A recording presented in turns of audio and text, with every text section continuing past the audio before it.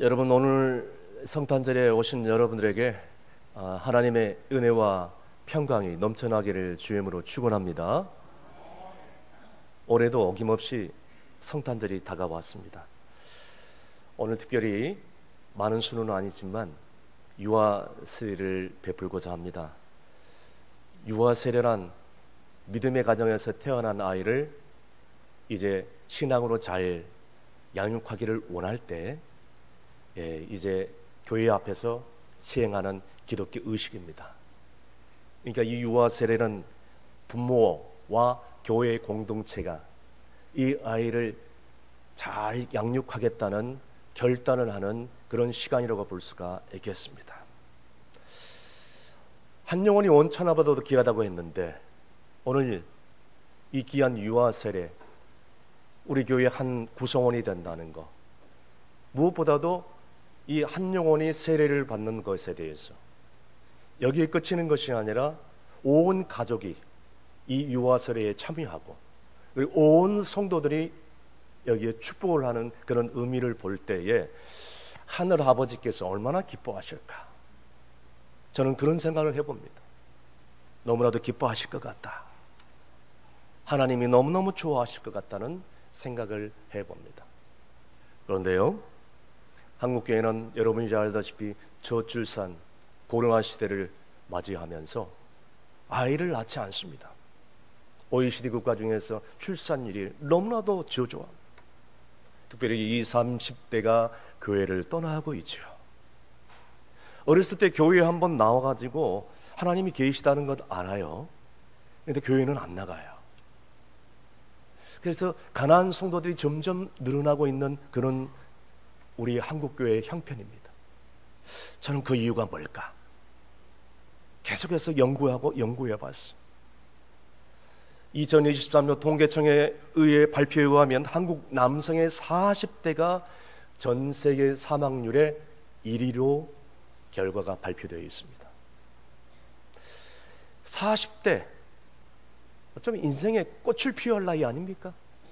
그런데요, 이 40대가 암병으로 세상을 떠난다는 거예요. 그리고 이 40대가 약물, 술, 담배 중독으로 폐암에 걸리고요, 그 다음에 또 간암에 걸리고요, 술을 많이 마시고 담배를 피니까 간암에 걸리고 폐암에 걸리고 그러다가 세상을 떠나고. 40대 다음으로 사망률이 제일 높은 연령이 어떤 연령이냐? 지금 제가 이제 50대입니다. 50대입니다.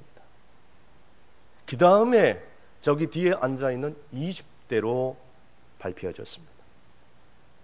아마 이런 얘기를 하면 건강에 해가 끼치지 않을 만큼 적당히 마시면 괜찮지 않겠습니까? 이거 사회생활 해야 되지 않겠어요? 아니요. 한 잔이 두 잔이 되고 두 잔이 석 잔이 되고 한 대가 두 대가 되고 두 대가 석 대가 되는데 그러다가 인생이 패가망신하는 거예요. 가장 스트레스가 많고 상처가 많은 세대 40대, 50대예요. 그도 그럴 것이 직장에 출근하면 위로는 상사가 있고 밑에는 또 후배들이 있다 보니까 중간에 끼어있는 세대. 그러니까 상사도 아니죠. 그 다음에 신입사원도 아니고 중간 밑이죠. 사업을 해도 경제 불황 때문에 너무나도 힘들죠. 가정의 자녀들은 양육을 담당해야 하기 때문에 양육부에 들어가는 돈도 만만치 않죠. 이게 주택을 마련했는데 은행 대출 받아가지고 마련했으니 매월 나가는 월급에서 거의 다가 은행 대출을 나가죠. 뿐만 아니라 나이 드신 부모님들 잘 받도록 공양해야 되죠. 돌봐야 될 책임이 있죠. 이래도 힘들고 저래도 힘들고, 더욱이 경제 불황화가 탄핵 정국으로 겹겹이 지금 정말 힘들어가는 시대에 살고 있는 세대가 바로 우리가 살고 있는 시대라는 겁니다. 그런데 우리 주님께서 산상수훈의 말씀을 통하여 말씀하셨습니다. 마태복음 5장 3절 말씀에 이런 말씀을 해줬죠. 다 함께 읽습니다. 심령이 가난한 자는 복이 있나니 천국이 그들의 것이며. 아멘. 심령이 가난한 자는 복이 있나니 천국이 그들의 것이며. 여러분, 심령이 가난한다는 뜻이 무슨 의미일까요? 아주 쪼들리게 막 빚 가지고 은행 대출 갚지 못하고 그렇게 경제적인 불안 가운데 사는 사람들, 이런 사람들을 얘기할까요? 예수님이 말씀하신 이 가난한 자가 복이 있다는 뜻은 내 심령이 가난할 때, 그때서야 비로소 하나님에 대해서 눈을 뜨게 된다는 것. 정말로 갈망해야 돼요. 파산한 마음, 정말 낮은 마음. 그런데요, 내 인생에 내가 주인이 돼가지고 자신만만하고 기세등등하고 내 삶의 주인이 하나님이 아니라 내가 된 사람은요, 하나님이 들어갈 여유가 없어요. 왜? 자기 자신이 주인이기 때문에. 내 인생의 주인의 왕자에서 내가 내려와야 되는데 여전히 내가 주인이기 때문에 스스로 고통을 자초할 수밖에 없어요. 하나님의 음성에 귀를 기울일 여유가 없는 거죠. 여러분, 가난한 마음은요, 간단하게 말씀을 드리면 이거예요. 하나님을 찾는 마음이에요. 신의 존재를 알아가지고 하나님이 있다는 건 아는데 교회는 나가기 싫고 하나님을 예배하고 싶지도 않고. 그런데요, 가난한 심령을 가진 성도들은 이런 마음을 갖는 거죠. 하나님, 저는 하나님이 계시다는 걸 압니다. 하나님이 계시다면 대답을 해주세요. 내가 인생을 살아가는데 내가 어디로 가야 될지, 내가 뭘 해야 될지, 어디로 가야 될지, 그리고 내 인생의 정착력이 어디인지, 내가 이 땅에 사는 동안 뭘 해야 될지. 하나님, 그런데요, 나는 지금 내 인생의 의미를 잃었어요. 내가 어디로 가야 될지 방향도 잃어버렸어요. 내 인생의 배에 주님이 없는가 같이 보여요. 그래, 너무너무 힘들어요. 주님 도와주세요. 바로 가난한 심령을 가진 사람들은 이런 기도를 할 수밖에 없는 거예요. 저는 여러분이 오늘 이 시간에 정말로 심령이 가난해졌어, 하나님 어떤 분인지 정확히 알고, 오늘 말구에 태어나신 예수님이 어떤 분이 정확한지 깨닫고 믿어서 여러분의 인생이, 저와 여러분의 인생이 변화되고 새로워지기를 주의 이름으로 축원합니다. 첫 번째로 예수님의 마음은요, 한마디로 얘기하면요, 가난한 마음이에요. 방금 얘기했습니다. 예수님은 본래 하나님이셨어요. 그런데 하나님께서 죄인된 인간의 몸을 덧입고 나 같은 죄인을 살리기 위해서 이 땅에 바로 빛나는 보좌를 버리시고 이 땅에 인간의 모습으로 오셔서 인간이 겪는 모든 최고의 고통을 다 겪으시고 십자가에 나의 죄를 위해서, 우리의 죄를 위해서 죽으시고, 그분은 이 땅에 오셔서 자기 자신을 주장한 적이 단 한 번도 없어요. 희생하고 낮아지고 가난하고, 그리고 철저하게 우리를 위해서 사셨습니다. 여러분, 예수님의 삶을 보면 정말 그분이 얼마나 가난해졌다는 것을 잘 알 수가 있어요. 오늘은 무슨 날이에요? 성탄절이에요. 여러분, 예수님이 탄생한 날부터 그랬습니다. 아주 소박하고 작은 그런 마을 베들레헴에서 태어났어요. 그것도 말구유에서, 마국간에서. 궁전이 아니죠. 최고급 호텔이 아니에요. 여러분, 천한 마국간에서 평범한 부모, 아버지 요셉, 어머니 마리아 밑에서 태어났습니다. 저는 성탄절이 다가올 때마다 이런 생각이 들어요. 왜 하나님의 아들이 인간의 몸을 입고 집도 없고 방도 없고 싸구리 여간 마국간에서 태어났는지 감히 상상할 수가 없어요. 왜 그랬을까? 그냥 태어났으면 왕궁에서 빛과 번쩍하게 태어나지, 아주 권능으로 그냥 위엄있게 멋있게 이렇게 태어나시지. 그러면 사람들이 꼼짝달싹 못할 거 아니야. 저는 처음에 거듭나기 전에 이런 생각을 자주 했어요. 왜 주님이 천한 말구유에서 태어났는지, 왜 주님이 마구간에 태어났는지 이해가 안 되더라고요. 그런데 제가 거듭나고 보니 이해할 수 있었어요. 아하, 예수님의 생애를 묵상하고 또 묵상해 보니까 저는 이해가 되더라고요. 아, 그렇구나. 예수님이 이 땅에 오신 목적을 알았어.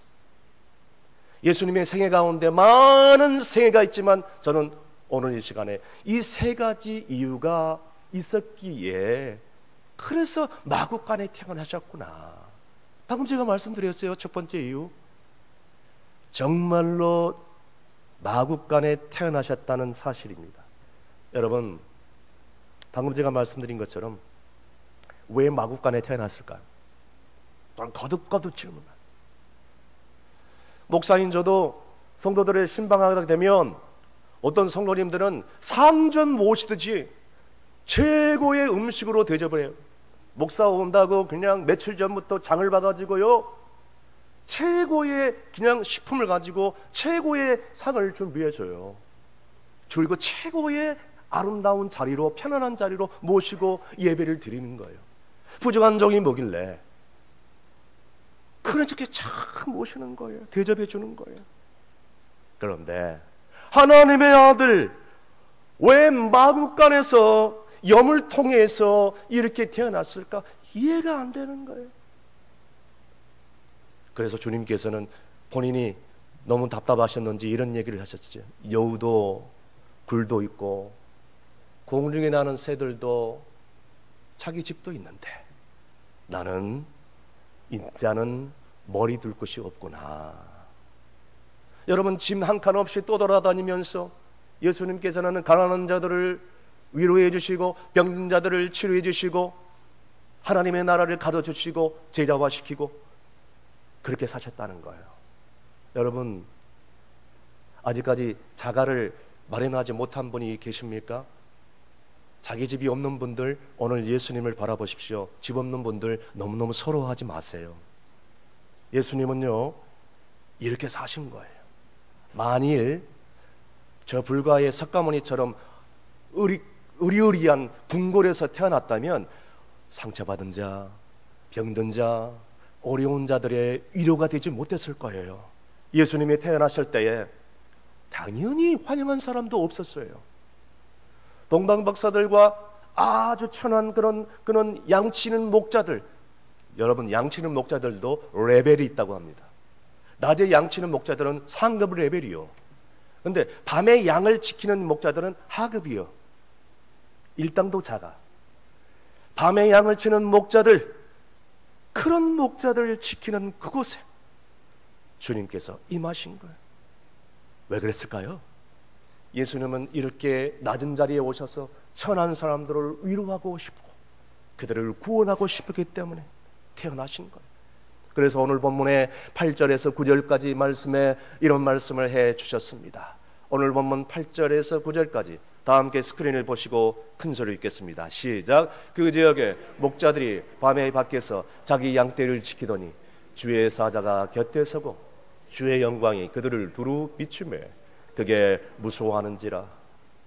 아멘. 여러분, 마구간에 태어나신 예수님께서 집 한 칸도 없이 돌아다니는 이 예수님, 33살까지 그렇게 사시다가 십자가에 못 박아 죽으신 예수님, 여러분, 그분이요, 여러분께 너무너무 감사하게 황공하게 우리의 구원자요, 나의 구원자요, 나의 위로자요, 나의 창조자 되심을 믿으신 분들은 큰 소리로 아멘 하시길 바랍니다. 믿으신 분들은 더 큰 소리로 아멘 하시길 바랍니다. 아멘 하신 분들에게 하나님의 구원이 임할지어다, 임할지어다. 그분은요, 지금도 살아계셨어요. 오늘 우리의 예배를 받고 있어요. 우리는 그분이 오심을 즐거워하고 기뻐해야 될 줄로 믿습니다. 계속해서 10절에서 11절 보세요. 다 함께 읽습니다. 시작. 전사가 이르되 무서워하지 말라. 보라, 내가 온 백성에게 미칠 큰 기쁨의 좋은 소식을 너에게 전하노라. 오늘 다윗의 동네에 너희를 위하여 구주가 나셨으니 곧 그리스도 주시니라. 아멘. 여러분, 우리가 기뻐해야 될 것은 이 세상에 이미 메시아가 오셨다는 것. 또 하나 감사해야 될 것은 그 메시아가 이제는 다시 오신다는 것. 주님께서 오셨고 그 주님이 다시 오신다. 그걸 어려운 말로 두자 재림이라고 합니다. 그런데 예수님을 알지 못한 이 불신자들의 최대의 인생의 고민이 뭔지 아세요? 죽은 이후에 갈 곳이 없다는 거예요. 이렇게 얘기를 하면요, 불신자들은 이렇게 얘기를 합니다. 대부분 뭐 사는 게 다 똑같지 뭐, 죽으면 다 똑같아, 뭐 죽어봐야 알지. 별의별 반응이 다 나옵니다. 사랑하는 성도 여러분, 하나님을 부인하는 것도 좀 이해가 돼요. 왜? 하나님이 있는지 없는지 알 수가 없다, 가봐야 된다, 너는 봤냐, 하나님이 없더라, 눈에 보이냐, 눈에 보이면 내 앞에 좀 보여주라, 이해가 돼요. 왜? 불신자들은 하나님을 모르잖아요. 자, 그런데 중요한 사실이 있습니다. 만일 여러분이 오늘 이 시간에도 이 말씀을 듣고 이 복음을 듣고 끝까지 하나님이 안 계십니다, 죽어봐야 알지, 천국 없어, 이렇게 생각하시는 분들은요, 죽은 이후에 딱 한 곳밖에 갈 곳이 없습니다. 죄송하지만 천국은 아닐 겁니다. 사랑하는 성도 여러분, 구약의 사람들은 오셔야 할 메시아를 기다렸고, 신약의 사람들은 오신 메시아를 눈앞에 보았고, 그 메시아를 십자가에 못 박아 죽였고, 오늘날 살아가는 현대 성도들은 다시 오실 메시아 예수 그리스도를 기다리고 또 갈망하고 있다는 거예요. 그러므로 기다림은요, 행복인 거예요. 불행이 아니에요. 기다림이 없는 사람은 자체가 불행이고 지어져요. 여러분, 기다림이 없는 사람들은요, 언제나 불행해요. 희망이 없어요. 눈빛이 희망이란 것을 찾을 수가 없어요. 불행한 삶을 살 수 없어요. 여러분, 기다림이 끝났다는 것은 뭘 의미하느냐? 곧, 죄송하지만 죽었다는 것을 의미합니다. 왜? 희망이 없는데요, 기다림이 없어요, 소망이 없어요. 무슨 사는 게, 무슨 삶의 목적이 있어요? 그냥, 죄송합니다, 동물과 다름없는 삶이에요. 길거리에 다니는 길 고양이 보십시오. 던져주는 사료 먹고 그냥 그것으로 사는 거예요. 왜요? 영혼의 실체가 없기 때문이죠. 그런데 우리 인간은 다릅니다. 영혼의 실체가 있잖아요. 왜 살아야 되는지, 왜 주님을 믿어야 되는지, 사후 세계가 있다는 거, 내가 예수 잘 믿어야 천국 간다는 거, 내가 내 영혼이 있기 때문에 하나님을 오늘도 갈망하고, 나는 교회를 나가지 않지만 하나님이 살아계시던 것을 나는 믿고, 나는 예배를 드리지 않지만 나는 하나님을 예배하고 싶고, 마치 목마른 사슴이 신의 문을 찾기에 갈급하듯이 자꾸만 하나님이 그리워지고, 교회당 예배당에 가고 싶어, 목사님 말씀을 듣고 싶은 거예요. 목말라는 거예요. 여러분, 그런데 세상 사람들은요, 죽음 두려워하지 않습니다. 그러므로 저는 많은 사람들의 임종을 지켜본 결과, 믿음이 없고요, 그 안에 예수 그리스도가 없고요, 그 안에 하나님이 없는 사람들은 죽는 순간에 얼마나 고통스럽게 세상을 떠나는지 몰라요. 그런데요, 그 안에 하나님이 있고요, 그 안에 예수님이 있고요, 그 안에 복음이 있고요, 그 안에 천국의 믿음이 있는 분들은요, 얼굴이 얼마나 천사처럼 밝은지 몰라요. 그래서 요한복음 3장 16절 말씀에 우리 하나님이 이런 말씀을 해주셨습니다. 다 함께 읽습니다. 하나님이 세상을 이처럼 사랑하사 독생자를 주셨으니 이는 그를 믿는 자마다 멸망하지 않고 영생을 얻게 하려 하심이라. 아멘. 여러분, 이 말씀을 믿으신 분들은 크게 아멘 하시길 바랍니다. 크게 아멘 하시길 바랍니다. 더 크게 아멘 하시길 바랍니다. 그렇다면 결론적으로 성탄절을 오늘 어떻게 보내야 될까요? 저는 계속해서 강조합니다. 성탄절은 우리끼리 축하 메시지 카톡 문자 주고받고 성탄절에 식사하고 회식하고 세상 사람들처럼 성탄 캐롤송 부르고 이런 날이 아니라, 성탄절은 예수님이 이 땅에 낮은 자리에 오신 것처럼 우리도 사회적 약자들, 우리 주변의 장애인들, 독거노인들, 다문화 가정들, 탈북자들, 이런 가난한 심령들에게 찾아가서 그들을 돌볼 수 있는 그러한 성탄절이 되어야 된다. 어느 추운 날 한 나병 환자가 성 프란치스코를 찾아갔습니다. 하룻밤 묵게 해주세요.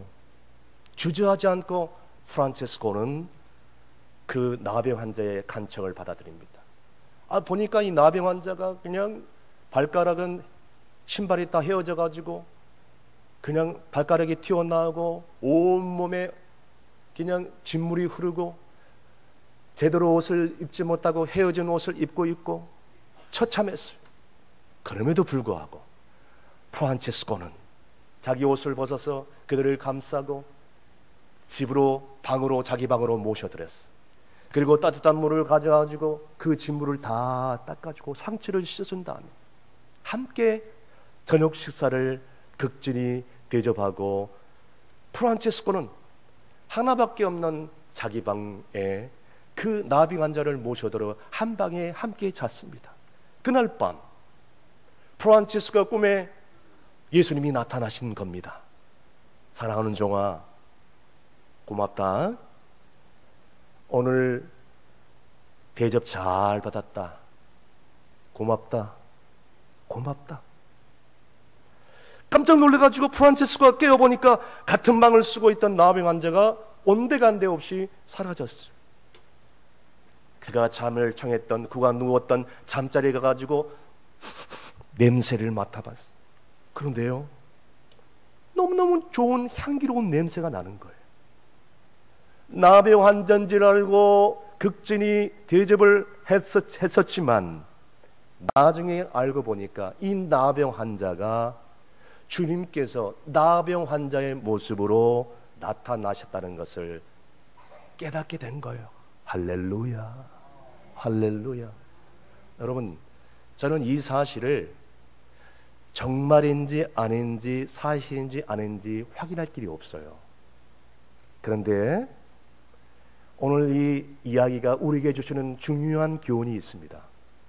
여러분, 우리도요, 정말 가난한 사람들, 병든 사람들, 사회적 약자들 예수님처럼 모시고 사랑으로 섬기고 극진히 대접하고 환대하는 삶을 살면요, 그것이 바로 주님을 영접하는 삶인 줄로 믿으시고 있기를 바랍니다. 그래서 마태복음 25장의 35절에서 36절까지 그 말씀을 해 주셨습니다. 사랑하는 성도 여러분, 오늘 정말 성탄절의 의미는 이런 날이에요. 억울한 자, 병든 자, 갇힌 자, 가난한 자, 사회적 약자, 그들에게 찾아가서 그들에게가 함께 울고 그들을 감싸 안아주고 그들의 고통이 무엇인가를 이해해주고 사랑하는 것. 여러분, 이런 사람이야말로 성탄절을 기다릴 수 있는 충분한 자격이 된 줄로 믿을 수 있기를 바랍니다. 말씀의 결론을 내립니다. 누가 아기 예수님의 탄생을 기뻐하고 맞이할 수 있을까요? 예수님이 오신 것은 마구간이었기 때문에 그의 마음이 정말 마구간처럼 낮아질 수 있는 그 사람, 마구간처럼 정말로 빈궁하고 정말 가난한 심령 가운데 그 성도에게 찾아가신다는 거예요. 왜요? 예수님도 그렇게 오셨잖아요. 화려한 곳에, 빛과 번쩍한 곳에, 이름 내는 곳에 우리 주님이 임하지 않습니다. 낮아진 곳에. 저는 여러분들이, 우리 모두가 마구간처럼 여러분의 심령이 되기를 주임으로 축원합니다. 여러분의 심령이 예수님을 영접할 수 있는 곳이 되기를 주임으로 축원합니다. 여러분의 마음이 하나님을 만날 수 있는 마구간이 되기를 주임으로 축원합니다. 이것이 성탄이에요. 오늘 성탄의 의미를 깨닫고 경험할 때, 동방박사뿐만 아니라 밤에 양을 치는 그 목자에게 경험했던 그들 가운데 임했던 그 환희, 그 소망, 그 감격, 그 기쁨이 바로 우리의 기쁨이 될 수 있기를 간절히 바랍니다. 우리 모두 오늘 이 시간에 마구간에 오신 주님을 환영하시길 바랍니다. 그런 의미에서 다시 한번 좌우에 있는 분들과 인사하겠습니다. 메리 크리스마스! 할렐루야! 우리 마음도 이렇게 마구간이 되고 가난한 심령이 되어졌어. 나갈 때 비록 현실은 힘들고 좌절하고 실망스러울지라도 이제는 그것이 언젠가는 우리에게 축복의 신호탄이 되게 될 그날이 오게 될 줄로 믿습니다. 성탄절에 하나님의 음성을 귀를 기울일 수 있는 성탄절이 되시기를 주의 이름으로 축원합니다. 기도하시겠습니다. 성탄의 기쁨을 주신 하나님 아버지 감사합니다. 하지만 우리를 위하여 모든 것을 버리시고 가장 낮고 낮은 마구간에 오신 우리 예수님을 깨닫지 못해서 세상에서 지금까지 방황하면서 살아오지 않았습니까? 하나님이 주시는 가장 좋은 기쁜 소식, 이 성탄의 선물을 주신 것처럼 이제 우리도 세상에 나아가서 이 성탄의 선물을 불신 가족들과 이웃들과 사회적 약자들에게 전할 수 있도록 도와주시옵소서. 지금까지 험한 세상에 살아가면서 산란했던 마음, 갈 길을 몰라 방황했던 마음, 내가 왜 살아야 되는지 방황했던, 갈등했던, 복잡했던 내 마음, 방향을 잃어버리고 정말 세상 가운데서 방탕한 그런 삶을 살았던 내 마음이 이제는 가난한 심령이 되어서 예수님을 모실 수 있는 삶이 되기를 원합니다. 가난한 심령을 주시고 성탄의 기쁨을 알지 못한 가난한 이웃들을 돌아볼 수 있는 기쁘고 복된 성탄절 되게 해 주시옵소서. 예수님의 이름으로 기도함나이다.